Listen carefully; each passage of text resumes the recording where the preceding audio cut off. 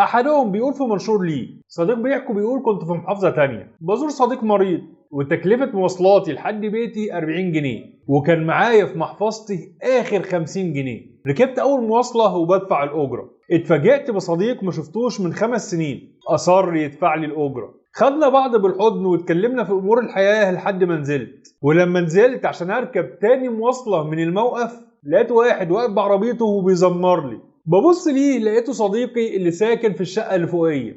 ركبت معاه وانا مذهول من الصدفه. جاري يا دوب نزلني تحت البيت وسابني عشان يركن العربيه. لقيت زوجتي بتكلمني ان الدواء بتاعها خلص ومحتاجه منه ضروري. زعلت وبصيت لربنا في السماء وبقول له: يا رب انت عالم ظروفي، كنت اجلت موضوع الدواء كام يوم، ده انا ما معيش يا دوب غير 50 جنيه. رحت الصيدليه اجيب الدواء، لقيت العلبه ب 200 جنيه فيها 4 شرايط. قلت له: اديني شريط. جبته لها وانا بسال نفسي لو دفعت فلوس المواصلات كنت هتصرف ازاي؟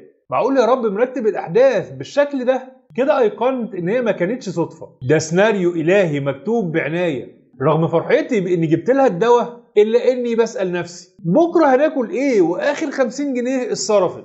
ما كملتش نص السلالم لقيت تليفوني بيرن ان الشغلانه اللي كنت عاملها لحد من 3 شهور واتلغت، قرر يكملها وهيبعت لي الصبح اول عربون ليها. مراتي بتفتح لي الباب وبتقول لي: ايه ده انت بتعيط ليه؟ ما لقيتش رد على لساني غير ان اقول: ده شريط الدواء وبكره هجيب لك العلبه كامله. كل امور حياتنا سيناريو الهي، وارد يحصل موقف نحس ان السيناريو ده درامي وحزين، لكن دايما الحلقه الاخيره بتكون نهايه اي الم ووجع. انتظر الحلقه الاخيره في كل موقف بتمر بيه، اكيد هتبكي من الفرحه اكتر من اللي بكيته من صدمه الاحداث. ربنا زي ما عارف ايه اللي جاي عارف كمان ايه اللي معاك، هيدبرها بشكل لا تتوقعه وهتبهرك الاحداث.